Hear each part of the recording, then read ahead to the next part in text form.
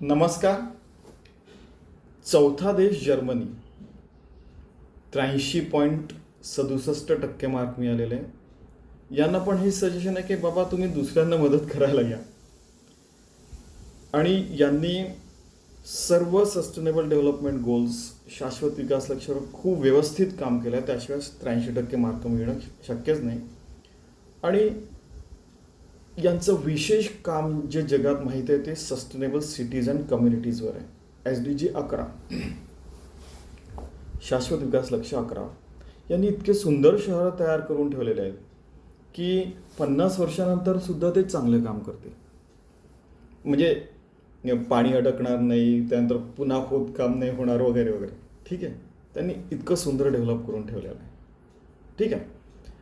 दुसरी गोष्ट, जर्मनीमध्ये agriculture to space as already त्यांच्या इथे आहे. पण त्यांचं स्वतःचं युरोपियन स्पेस एजन्सीचे त्यांचं कोलॅबरेशन, त्यांच्या स्वतःच्या पण चांगल्या कंपन्या, कारच्या कंपन्या सगळ्यांना माहिती आहे. त्यानंतर हे पण माहीत असेल की दुसऱ्या विश्वयुद्धाच्या अगोदर सगळ्यात चांगले रॉकेट कोणाचं होते?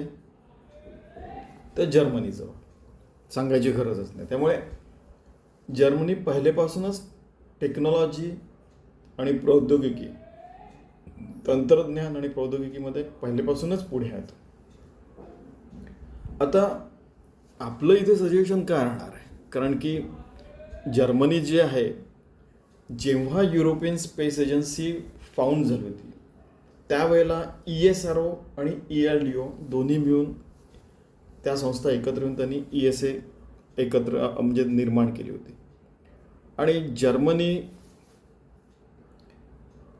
जवळपास 25% युरोपियन स्पेस एजन्सीचं बजेटचं कॉन्ट्रीब्युशन करतो. यांच्या इथे युरोपियन स्पेस ऑपरेशन्स सेंटर आहे. ऑपरेशन्स म्हणजे की सगळ्या कामाचं गतिविधी बघणं, आणि त्यांचे जे सेंटर असतात, म्हणजे जसं युरोपियन ॲस्ट्रॉनॉट सेंटर पण आहे, त्यांच्या ॲस्ट्रॉनॉट्सला ट्रेनिंग करायचं.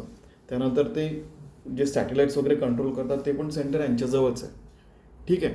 काही फ्रान्सजवळ पण आहेत, काही जर्मनीजवळ पण आहेत. ठीक आहे, ते नंतर बघू आपण. जेव्हा फ्रान्सचा नंबर आहे तेव्हा ते बघू. आणि आपल्याला एक आठवत असेल की 1980च्या दशकात, मी डेट पण सांगू शकतो पण फास्ट करायचं, की राकेश शर्मा, रवीश मल्होत्रा वगैरे ट्रेनिंग घ्यायला गेले होते. त्यावेळेला यांनी नासामध्ये ट्रेनिंग घेतलं आणि काही वेळ ते युरोपियन स्पेस एजन्सीला पण गेले होते. तर ते ॲस्ट्रॉनॉटला जे ट्रेनिंग देतात ते सेंटर यांच्याजवळ आहे. त्यानंतर यांच्याजवळ जे ESOC जे असतं, मिशन कंट्रोल सेंटर जसे असतात, ते पण आहे. त्यानंतर EAC ऑलरेडी सांगितलं. आणि त्यांच्याजवळ मग अजून एक गोष्ट आहे, ती म्हणजे की युरोपियन स्पेस एजन्सीचे महत्त्वाचे जे पार्ट्स तयार करतात ते जास्तीत जास्त जर्मनी आणि फ्रान्स आणि UK मध्येच होतात.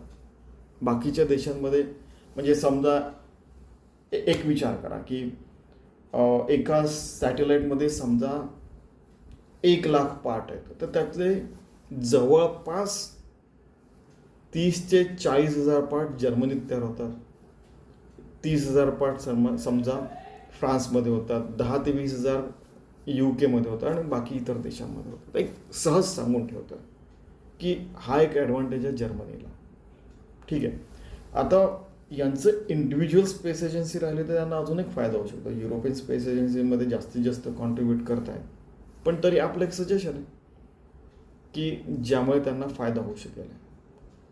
अजून एक गोष्ट अशी आहे की यांच्या इथे ऑलरेडी, जसं इंटरनॅशनल स्पेस स्टेशनमध्ये कसं की ग्रीन हाऊसमध्ये ॲग्रिकल्चर करतात, शेती करतात, ते त्यांच्या इथे ऑलरेडी सेंटर्स आहेत.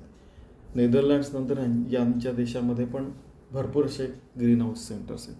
नेदरलँड्सच्या वेळेला ते बघू आपण. आणि त्यामुळे ते ऑलरेडी काम करतात आहे. पण जसं छोट्याशा मुलाचं असो की मोठ्या माणसाचं असो, एक्सपर्ट असो, आपलं पण सजेशन करायचं देवाचं काम समजून. म्हणून आपण आपलं सजेशन इथे देतो आहे. धन्यवाद.